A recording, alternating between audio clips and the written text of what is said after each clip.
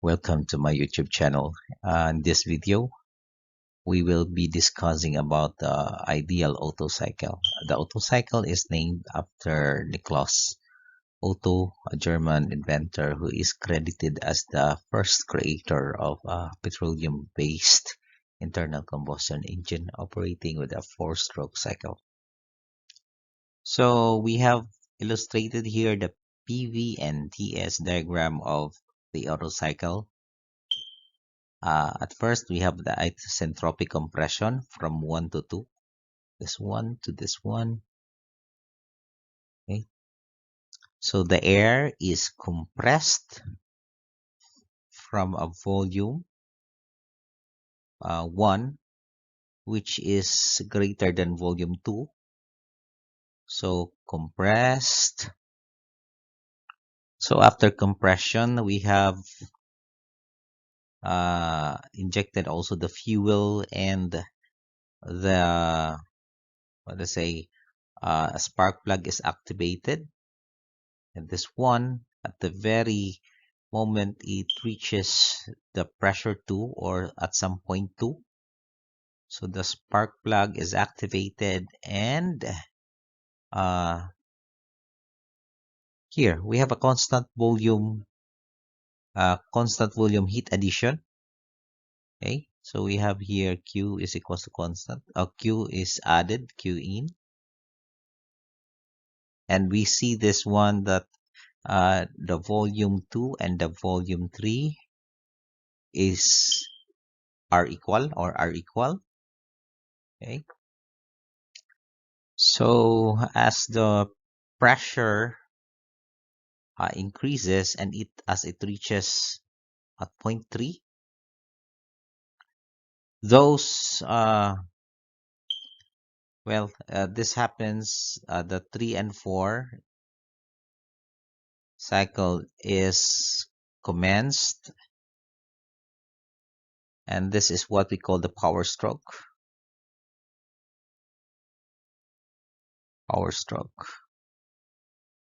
Okay, this is where the work happens from high pressure P3 to low pressure P4. At the same time, the volume is creating work from V3 to V4. Now take note, it goes back to its original volume, which is also equal to V1. This is the power stroke, and this one is the constant volume heat rejection, Q out.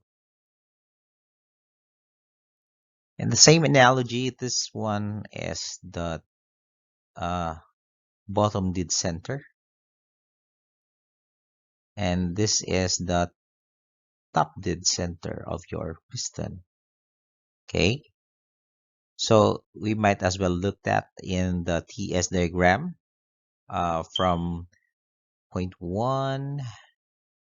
This is where the pressure increases. At the same time, the temperature increases, but we have an isentropic compression from 1 to 2, and from 2 to 3 we have heat addition, Qing.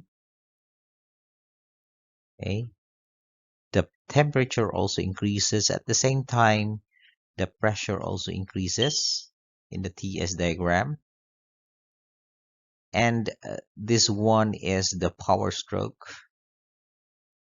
Okay, the power stroke.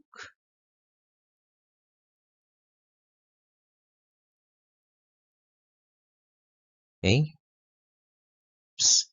and this one is the constant volume heat rejection from 4 to 1. Okay, so let's take a look at that. Go back to 3 to 4, we have an isentropic expansion. So this one has the same entropy. So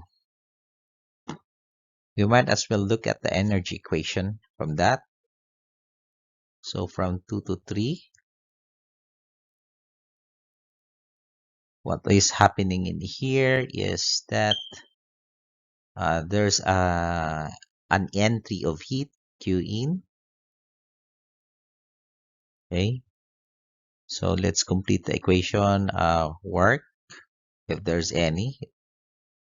We might as well look into that, and the change of internal energy since it is a constant volume. Now, as we see in this one from 2 to 3, there is no work since the volume remains constant. So we have to make this one a 0. Okay. We neglect the kinetic and potential energy since it is not moving and the volume is constant. So your heat addition now becomes delta U or internal energy, and we look at that based on the CV, okay, constant volume heat, uh, specific heat. So from T3, okay, the difference to T2, okay.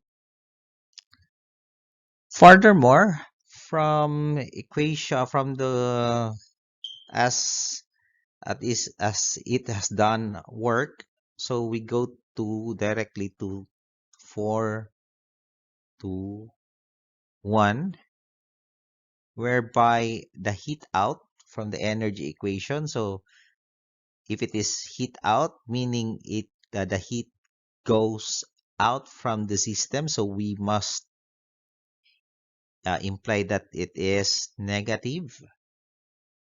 Okay, Q out. Of course, we will include the equation in the equation the work, which is equals to the internal energy U. So there is no work here from 4 to 1. So we might as well put that in 0. So therefore, your Q out is just equal to negative CV, constant volume, temperature 1 minus temperature 4. Okay. So let me erase some parts here so that we can save space. And now, therefore, the thermal efficiency of the Otto cycle is given by work net over the applied heat or the heat that is coming in. And that the work net is Q in minus Q out over Q in. Or we may as well say that as just equals to 1 minus Q out over Q in.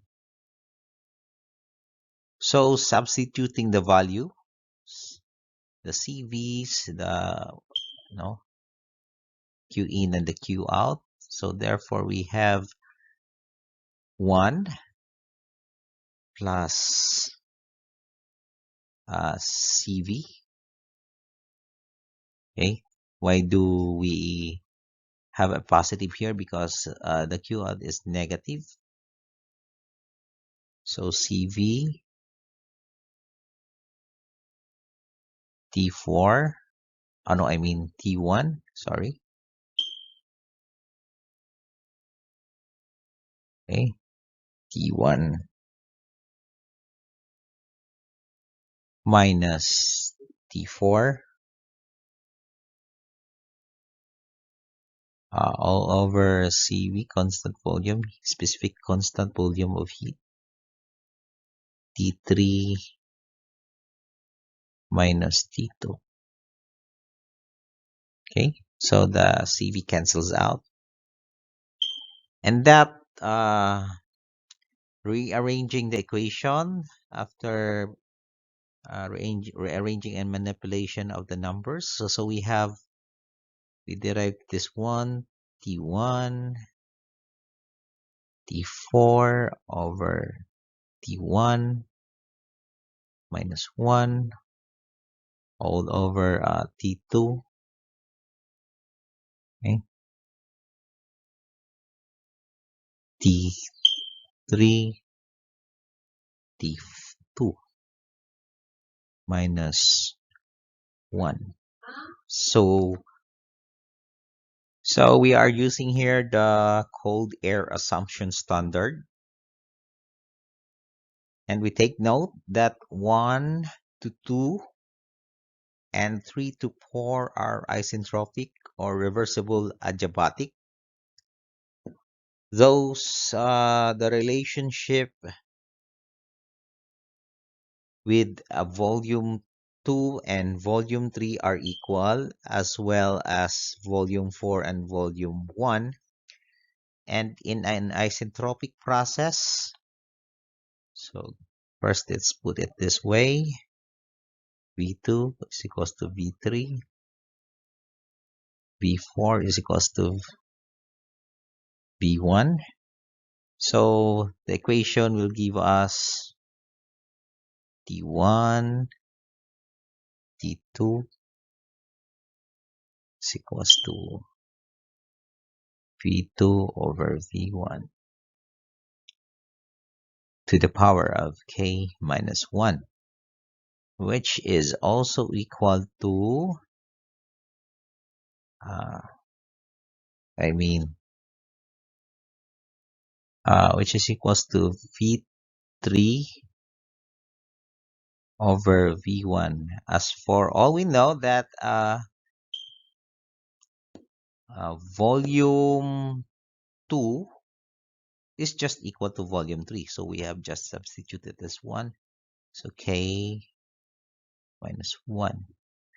Uh, all for this becomes, which also equals to T3, or T4, I mean, and T3. Okay? So, in this feature, and we all know that from this equation, we have T1 is also aligned to T4. Okay? So the ratio, the temperature ratio for that is taken as constant. And we all know that T2 is in analogous equal to the ratio of T4 over T3. Okay, I mean T1 over T2 is the same as with the ratio of T4 over T3. And we take that as constant. So C1, okay, C minus 1 over C minus 1 will be taken as 1. And from this point also, we have T1 over T2 is just equals to your, okay, let me continue with that. The nth Otto cycle, thermal Otto efficiency of the Otto cycle is equals to, okay, so if we substitute this one, we have this one V2 over V1, then K minus 1. Or you may take that as 1 minus 1 over R K minus 1. Okay? Where the K minus 1 is just equal to the, I mean, R is just equals to the compression ratio of V1 over V2.